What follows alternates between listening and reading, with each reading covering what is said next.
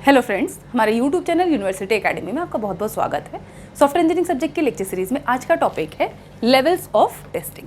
सो इस वीडियो में हम टेस्टिंग के डिफरेंट लेवल्स के बारे में डिस्कस करेंगे एंड देन उन पर्टिकुलर लेवल्स में क्या क्या चीज़ें टेस्ट की जाती हैं या क्या टास्क परफॉर्म किए जाते हैं उसको हम इस वीडियो में डिस्कस करेंगे। तो इन जनरल टेस्टिंग को हम 4 लेवल्स में डिवाइड कर सकते हैं। यहाँ पे मैंने ये जो डायग्राम मेंशन किया हुआ है उन सारे लेवल्स को। So first level will be the unit testing and उसके बाद लेवल 2 पे हम परफॉर्म करेंगे integration testing and after that at level 3 system testing will be perform and at the last level level 4 acceptance testing will be done. तो ये होते हैं generally testing के डिफरेंट लेवल्स। सो अब हम अगर बात करें यूनिट टेस्टिंग की कि यूनिट टेस्टिंग जनरली होती क्या है, तो अभी तक हम जब भी सॉफ्टवेयर डेवलपमेंट की बात कर रहे थे तो हमने ये डिस्कस किया था कि एक सॉफ्टवेयर जब भी बनाया जाता है, कोई भी ये सपोज एक सॉफ्टवेयर है तो इसमें डिफरेंट मॉड्यूल्स से मिलके ये सॉफ्टवेयर बना होता है। यानी कि इस सॉफ्टवेयर को बनाने के लिए यहाँ पे n number of modules required होते हैं एंड वो जो नंबर है वो जितना भी रिक्वायरमेंट के हिसाब से कितने भी मॉड्यूल्स हो सकते हैं, सपोज 10 मॉड्यूल्स हो सकते हैं, 20 मॉड्यूल्स हो सकते हैं, that depends on the requirement कि इस सॉफ्टवेयर की क्या क्या रिक्वायरमेंट है, किस रिक्वायरमेंट के लिए ये सॉफ्टवेयर बनाया जा रहा है। तो अब जब भी मॉड्यूल वाइज यहाँ पे डेवलपमेंट परफॉर्म किया जाएगा तो यहाँ पे टेस्टिंग के डिफरेंट लेवल्स आते हैं कि किस किस लेवल पे वो टेस्टिंग को हम परफॉर्म कर सकते हैं। तो जब ये सॉफ्टवेयर बनाया जा रहा था इस सॉफ्टवेयर के लिए जब भी हम ये पहला मॉड्यूल क्रिएट करते हैं यहाँ पे इस केस में अब ये मान लीजिए ये मॉड्यूल बन के रेडी हो गया है एंड यहाँ पे अब हमें टेस्टिंग का रिक्वायरमेंट है।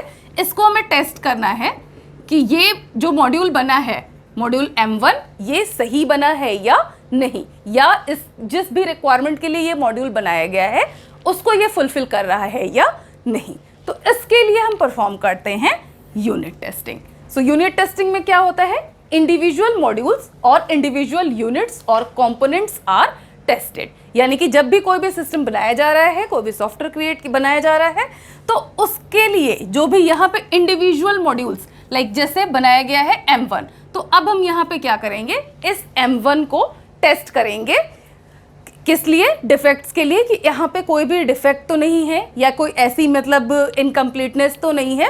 अगर सारी चीज़ें ओके है तो यहाँ पे अब ये मॉड्यूल बन के रेडी हो जाएगा। सिंपल जो इसका प्रोसेस होगा यूनिट टेस्टिंग का, इसके लिए क्या होगा, इस मॉड्यूल को टेस्ट करने के लिए हम क्या करेंगे, टेस्ट केसेस बनाएंगे। First step will be the create test cases, then number 2 will be the review test cases. कि अब हम क्या करेंगे, जो भी टेस्ट केस हमने बनाया है इसको टेस्ट करने के लिए उसको हम रिव्यू करेंगे कि वो टेस्ट केसेस सही से काम कर रहा है कि नहीं, या जो भी रिक्वायरमेंट है उसको सबको इनकॉर्पोरेट कर रहा है या नहीं। एंड एक बार अब हमने यहाँ पे फाइनल कर लिया कि ये जो टेस्ट केसेस हैं आफ्टर द रिव्यू कि ये सिलेक्टिव टेस्ट केसेस इसको यहाँ पे चलाने चाहिए, यूज करने चाहिए फॉर टेस्टिंग दिस मॉड्यूल। तो next will be the defining measures. Measures का डिफाइनिंग का यहाँ पे रिक्वायरमेंट क्या है, मेजर्स हम क्या चीज़ें हैं हमने डिस्कस किया था प्रीवियस वीडियोस में भी कि मेजर्स क्या होते हैं। एक्चुअली हम क्या कर सकते हैं, यहाँ पे पैरामीटर्स डिफाइन करेंगे कि किन पैरामीटर्स के बेसिस पे यहाँ पे ये टेस्टिंग परफॉर्म की जाएगी। एंड इसके बाद सबसे लास्ट स्टेप जो होगा एग्जीक्यूट टेस्ट केसेस, यानी कि फाइनली यहाँ पे अब टेस्ट केसेस को चलाए जाएंगे टू चेक कि ये मॉड्यूल का फंक्शनैलिटी सही है या नहीं। तो अब फाइनल स्टेप क्या होगा, इसका जो इनपुट है इस इनपुट को यहाँ पे परफॉर्म करने के बाद इसकी हम फंक्शनैलिटी को चेक करेंगे कि if it is functioning properly और नॉट। एंड इसके बाद आफ्टर चेकिंग दिस अगर सारी चीज़ें ओके है तो ये मॉड्यूल यहाँ पे रेडी है। तो इस तरीके से ये होता है आपका यूनिट टेस्टिंग। अब इसके बाद नेक्स्ट ये लेवल आपका कंप्लीट हो गया। अब और अगर अपर लेवल में जाते हैं मीन्स कि अगर सपोज अब हमने M1 के साथ साथ यहाँ पे M2 को भी रेडी कर लिया है, मॉड्यूल 2 रेडी कर लिया है, या इसी तरीके से यहाँ पे हम मॉड्यूल 3 को भी सपोज हमने रेडी कर लिया है। तो अब हमें क्या करना है, इन मॉड्यूल्स को चेक करना है कि पहले तो हम चेक करेंगे कि अलग अलग ये प्रॉपरली वर्क कर रहे हैं कि नहीं, प्रॉपरली इसकी फंक्शनिंग ठीक है कि नहीं। तो उसके लिए तो हम फिर अगेन यहाँ पे यूनिट टेस्टिंग परफॉर्म कर सकते हैं। But in case of integration testing अब क्या होगा, मॉड्यूल्स विल बी इंटीग्रेटेड, यानी कि अब ये अलग अलग होने की बजाय अब हम इसको क्या करेंगे, किसी तरीके से इंटीग्रेट करेंगे। And then after the integration, यानी कि इसको इंटीग्रेट करने के बाद यहाँ पे टेस्टिंग परफॉर्म की जाएगी टू चेक कि ये जो भी इंटीग्रेशन यहाँ पे किया गया है module M1, M2 and M3 का, ये सही से वर्क कर रहा है या नहीं। इसलिए कि जब भी मान लीजिए M1 ये तो अकेले टेस्ट किया गया तो हो सकता है सही वर्क कर रहा था, एंड M2 इसको अगर हमने इंडिविजुअली टेस्ट किया तो ये प्रॉपरली वर्क कर रहा था, एंड M3 इसको भी इंडिविजुअली टेस्ट किया तो ये प्रॉपरली वर्क कर रहा था। बट जब हम इन सबको इंटीग्रेट करते हैं, एक साथ कंबाइन करते हैं, तो ये ज़रूरी तो नहीं है कि तब भी आफ्टर द इंटीग्रेशन भी वो सब बिल्कुल प्रॉपरली फंक्शन करे। तो इसको चेक करने के लिए कि आफ्टर इंटीग्रेशन ये प्रॉपरली फंक्शन कर रहा है या नहीं कर रहा है, तो उसके लिए यहाँ पे इंटीग्रेशन टेस्टिंग परफॉर्म की जाती है। यहाँ पे जैसे मैंने लिखा हुआ है, when modules are integrated then this testing is performed. And इसके साथ साथ और इसमें क्या टेस्ट कर सकते हैं, it can detect errors related to interfaces. And interfaces का यहाँ पर रिक्वायरमेंट क्या है, जब भी हम दो मॉड्यूल को कनेक्ट कर रहे हैं, उसको इंटीग्रेट कर रहे हैं, तो it requires some sort of interface. यहाँ पे कोई एक मीडियम रिक्वायर्ड होगा, जिस मीडियम किसी पर्टिकुलर प्लेटफॉर्म पे हम यहाँ पे उसको इंटीग्रेट करेंगे। सो ये जो इंटरफेसेस का डिफेक्ट है वो भी इस इंटीग्रेशन टेस्टिंग में आइडेंटिफाई किया जा सकता है। एंड जो भी अगर डिफेक्ट यहाँ पे है अगर कोई ऐसा, तो उसको यहाँ पे पता करके देन उसको रिजॉल्व करके ये इंटीग्रेशन प्रॉपरली यहाँ पे कंप्लीट किया जा सकता है। इसके अलावा अब ये लेवल भी कंप्लीट हो गया। अब क्या होगा कि सारे मॉड्यूल्स मान लीजिए बना लिए जाए। सपोज इसमें अगर 10 मॉड्यूल्स का रिक्वायरमेंट है इस पर्टिकुलर सॉफ्टवेयर को कंप्लीट करने के लिए, तो M3 अप टू N10 ये सारे यहाँ पे मॉड्यूल्स अगर क्रिएट कर लिए जाते हैं, अब क्या होगा, फाइनल सिस्टम को हम रेडी करेंगे। तो फाइनल सिस्टम को रेडी करने के लिए क्या होगा, इन सारे M1 से लेके M10 तक के मॉड्यूल्स को इंटीग्रेट करेंगे एक साथ, एंड देन उसको टेस्ट करेंगे। तो इस टाइप का जो भी टेस्टिंग होगा, this is known as the system testing, जिसमें कि क्या होता है कि once we have completed all the modules, तो अब हम उन सारे के सारे मॉड्यूल्स को इंटीग्रेट करते हैं, देन टेस्ट करते हैं कि सिस्टम हमारा as per the requirements work कर रहा है या नहीं, उसके सारे features and functionalities accordingly work कर रहे हैं या नहीं। तो यहाँ पे मैंने लिखा हुआ testing the system as a whole, यानी सारे मॉड्यूल्स इंटीग्रेट करने के बाद complete system will be checked for the errors and all the modules are integrated and testing is done. तो सारे मॉड्यूल्स को इंटीग्रेट करने के बाद हम यहाँ पे टेस्टिंग को परफॉर्म करते हैं एंड चेक करते हैं कि वहाँ पे कोई एरर है या नहीं। सो this is the system testing. अब सिस्टम टेस्टिंग भी हो गई, पूरा हमारा जो भी मॉड्यूल्स जितने भी थे एक सॉफ्टवेयर बन के रेडी है, सॉफ्टवेयर सिस्टम यहाँ पे जिसको यूज़ करके इस सॉफ्टवेयर को हमने सपोज रेडी किया है। अब क्या होगा, उसको रिलीज करने की बात आती है कि मतलब मार्केट में अगर उसको जो भी हमने बनाया है मार्केट में तो जाना ही है उसको।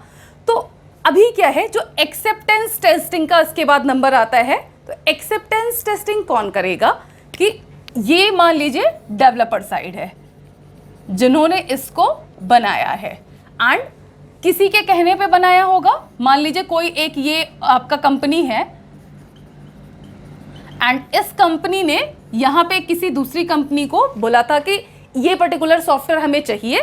तो अभी क्या है, ये इसने इसको सारी रिक्वायरमेंट्स, इस कंपनी ने ये जो भी ये वाला आपका कंपनी है इसको सारी रिक्वायरमेंट्स बता दी कि सो एंड सो रिक्वायरमेंट्स इस सॉफ्टवेयर में होनी चाहिए एंड आपको एक सॉफ्टवेयर इस कंपनी के लिए डेवलप करना है। तो अब जब ये कंपनी रेडी करके इस कंपनी को ये प्रोडक्ट हैंड ओवर करेगी, तो ये जो कंपनी है आपकी ये क्या करेगी, जब भी इसको एक्सेप्ट करेगी, वो जो प्रोडक्ट है उसको एक्सेप्ट करेगी, तो वो एक बार चेक भी तो करेगी कि वो जो सॉफ्टवेयर ये रिसीव कर रहा है वो डिफेक्ट फ्री है या नहीं, सारी फंक्शनैलिटीज़ उसमें है या नहीं, सारे रिक्वायरमेंट्स को वो फुलफिल करता है या नहीं। तो इन this case acceptance testing will be performed. अब एक और चीज़ है कि ये कंपनी भी एक्सेप्टेंस टेस्टिंग परफॉर्म करेगी एंड इसके साथ साथ अब अगर मार्केट में जो भी डिस्ट्रीब्यूटर्स हैं, यानी इससे जो छोटे लेवल की कंपनी है, वो भी जब इस कंपनी से उस प्रोडक्ट को रिसीव करेगी तो वो भी वहाँ पे एक्सेप्टेंस टेस्टिंग परफॉर्म करेगी। एंड इवन जब अगर हम भी कोई सामान परचेज करने जाते हैं किसी शॉप पे, तो हम भी क्या करते हैं, मान लीजिए हम मोबाइल खरीदते हैं तो एक बार हम वहाँ पे उसको चला के देखते हैं ना कि सारी फंक्शनैलिटीज़ आपके उस फ़ोन में प्रॉपरली वर्क कर रही है कि नहीं, फ़ोन प्रॉपरली चल रहा है कि नहीं, ऑन हो रहा है कि नहीं, उसमें आवाज़ आ रही है कि नहीं। तो ये भी एक तरीका है, क्या एक मेथड है एक्सेप्टेंस टेस्टिंग का, कि we are accepting the product, कि जिस टाइम हम खरीद रहे हैं सारी चीज़ें, सारे फीचर्स उसमें प्रॉपरली वर्क कर रहे हैं। तो जब भी एक्सेप्टेंस टेस्टिंग की बात आएगी तो ये डिफरेंट लेवल्स पे ये टेस्टिंग परफॉर्म की जाएगी बाय द एंड यूजर्स। अब वो एंड यूजर्स कोई कंपनी हो सकती है, कोई डिस्ट्रीब्यूटर हो सकता है, या इंडिविजुअल यूजर भी हो सकता है। वो डिपेंड करेगा कि कहाँ से किसी भी प्रोडक्ट को रिसीव किया जा रहा है। And in this case acceptance testing will be perform. So we can say this is perform by customers और एंड यूजर्स। एंड इसके अलावा एक और टर्म यहाँ पे स्टेटमेंट लिखा गया है, इट एक्ट्स एज गो और non go by the customer. Go का मतलब यहाँ पे कि accepted, and non go means not at all accepted. ये केस हो सकता है कि either the user will accept the product और the user will reject the product. So this is known as the acts as go और non go by the customer. So this is the acceptance testing. तो इस तरीके से ये different levels आपको किसी भी प्रोडक्ट को बनाते टाइम या उसको इंटीग्रेट करते टाइम डिफरेंट ये टेस्टिंग के लेवल्स को यूज किया जाता है टू टेस्ट दी प्रोडक्ट्स, कि प्रोडक्ट्स अकॉर्डिंगली यहाँ पे वर्क कर रहा है या नहीं। तो जैसे जैसे ये टाइम आपका ये बढ़ता जाएगा, ये टेस्टिंग के लेवल हाई होते जाएंगे एंड उस प्रोडक्ट का कंप्लीटनेस भी इंक्रीज करता जाएगा। क्योंकि जब भी हम यहाँ पे एक्सेप्टेंस टेस्टिंग परफॉर्म करेंगे, सो इन दिस स्टेज यहाँ पे जो होगा फाइनल प्रोडक्ट हमारा रेडी हो चुका रहेगा। एंड उससे पहले के लेवल्स अगर हम परफॉर्म करते हैं तो यहाँ पे कुछ पोर्शन हो सकता है उस सॉफ्टवेयर का रेडी हो, या कुछ पोर्शन हो सकता है रेडी ना हो। तो इस तरीके से इसको इस ग्राफ के थ्रू भी हम रिप्रेजेंट कर सकते हैं डिफरेंट लेवल्स को। इधर साइड हम टाइम को शो कर सकते हैं एंड इस साइड हम यहाँ पे कंप्लीटनेस को, इस प्रोजेक्ट के इस प्रोडक्ट का जो डेवलपमेंट है उसकी कंप्लीटनेस को हम यहाँ पे रिप्रेजेंट कर सकते हैं by using these testing levels. तो ये था आज का वीडियो। बाकी की चीज़ें हम अपने नेक्स्ट वीडियो में लेके आएंगे। अगर आपको ये वीडियो अच्छा लगा हो तो आप इसको लाइक कर सकते हैं एंड अपने फ्रेंड्स के साथ शेयर भी कर सकते हैं। और अगर अभी तक आपने हमारे चैनल को सब्सक्राइब नहीं किया है तो आप इसको सब्सक्राइब भी कर सकते हैं। Thank you.